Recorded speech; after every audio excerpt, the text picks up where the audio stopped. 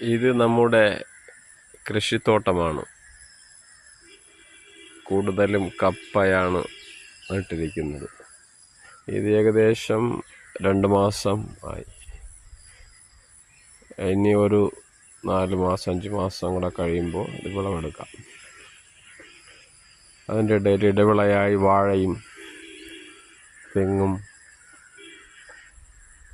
നട്ടിട്ടുണ്ട്. കമുക് ഇതെല്ലാം ഇതിൻ്റെ ഇടവിളയായി. എൻ്റെ വെറ്റില കൃഷി, പ്ലാവ്, പപ്പായ, വാഴ, അതിലുപരി നല്ലതുപോലെ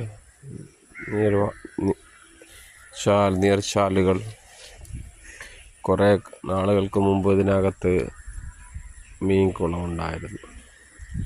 അപ്പോൾ അത് നഷ്ടം കാരണം അത് നികത്തി. ഇപ്പം നല്ല രീതിയിലാണ് ഇപ്പോൾ കൃഷി ചെയ്തിരിക്കുന്നത്. മരിച്ചീനി.